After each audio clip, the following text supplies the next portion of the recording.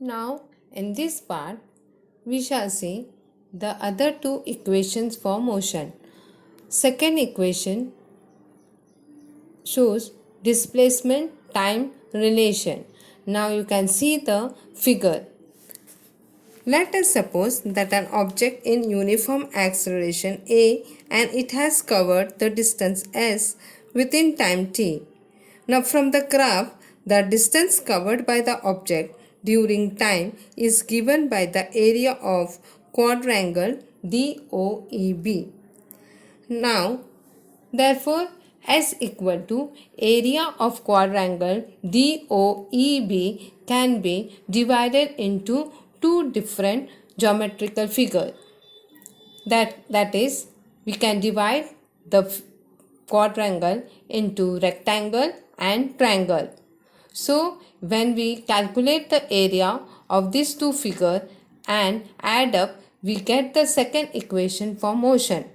So, area of quadrangle DOEB is equal to area of rectangle DOEA plus area of triangle DAB.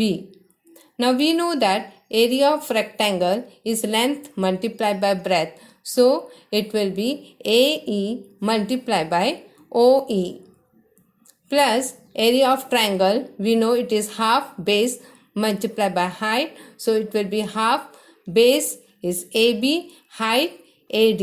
So you get it as S equal to AE multiplied by OE plus half multiplied by AB multiplied by DA. But we know that AE is equal to U because AE is equal to OD. So AE is equal to U, OE is equal to T and OE equal to DA. Hence OE is equal to T. Now we know that AB is equal to AT.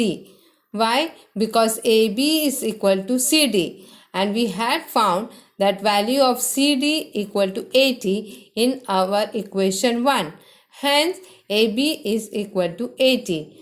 Now when we substitute in the formula, that is S equal to AE multiplied by OE, so we get it as S equal to U multiplied by T plus area of triangle, that is half multiplied by AB, which is equal to 80 multiplied by DA, that is T. So you get it as S equal to UT plus half multiplied by 80 multiplied by T. So hence you get Newton's second equation of motion as S equal to UT plus half AT square.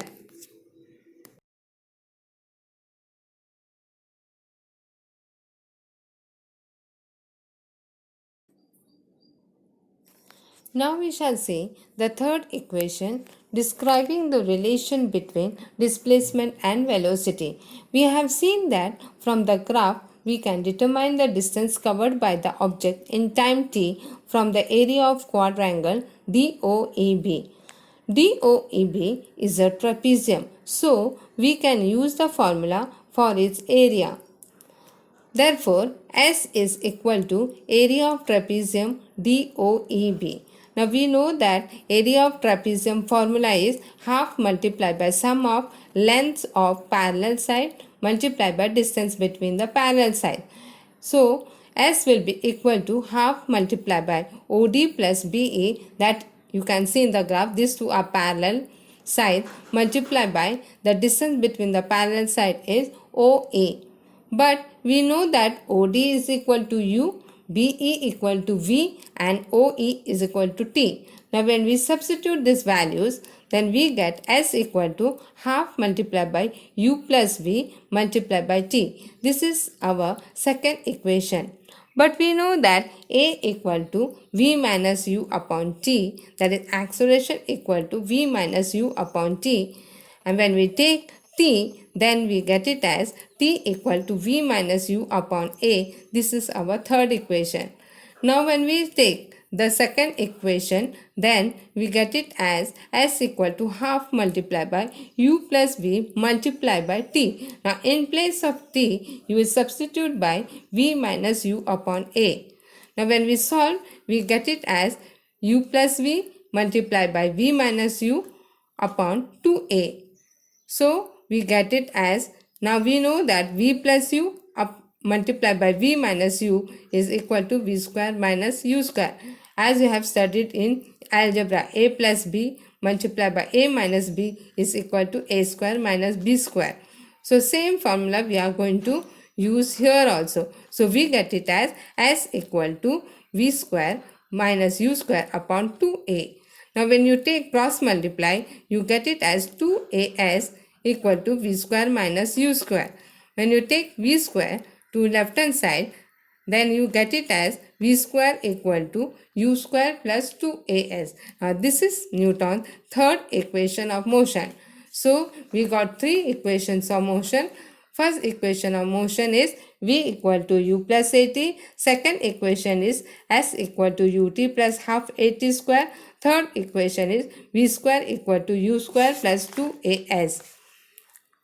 Always remember, the velocity of an accelerated object changes with time. Change in the velocity can be due to a change in direction or magnitude of the velocity, or both.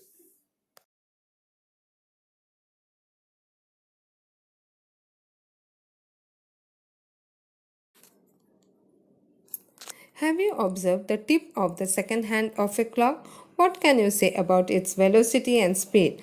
The speed of the tip is constant, but the direction of its displacement and therefore its velocity is constantly changing. As the tip is moving along a circular path, such type of motion is called as uniform circular motion. When an object is moving with a constant speed along a circular path, the change in velocity is only due to the change in direction. Hence, it is accelerated motion. And when an object moves with constant speed along a circular path, such type of motion is called uniform circular motion. Example, the motion of a stone in a sling or that of any point on a bicycle wheel when they are in uniform motion.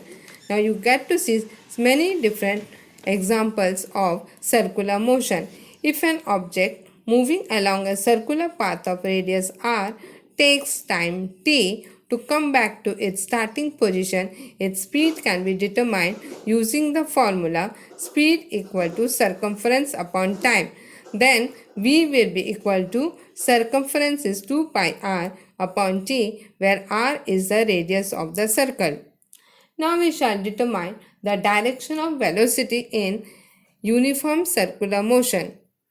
For this, you can just try this. Take a circular disc and put a 5 rupee coin at a point along its edge. Make it move around its axis by putting a pin through it. When the disc is moved at a higher speed, the coin will be thrown off, as you can see in the figure. Note the direction in which it is thrown off and repeat this action, placing the coin at different points along the edge of the circle, and observe the direction in which the coin is thrown off. It will be observed that the coin will be thrown off in the direction of the tangent, which is perpendicular to the radius of disc. Thus, the direction in which it gets thrown off depends on its position at the moment of getting thrown off. It means that as the coin moves along a circular path, the direction of its motion is changing at every point. Thank you, children.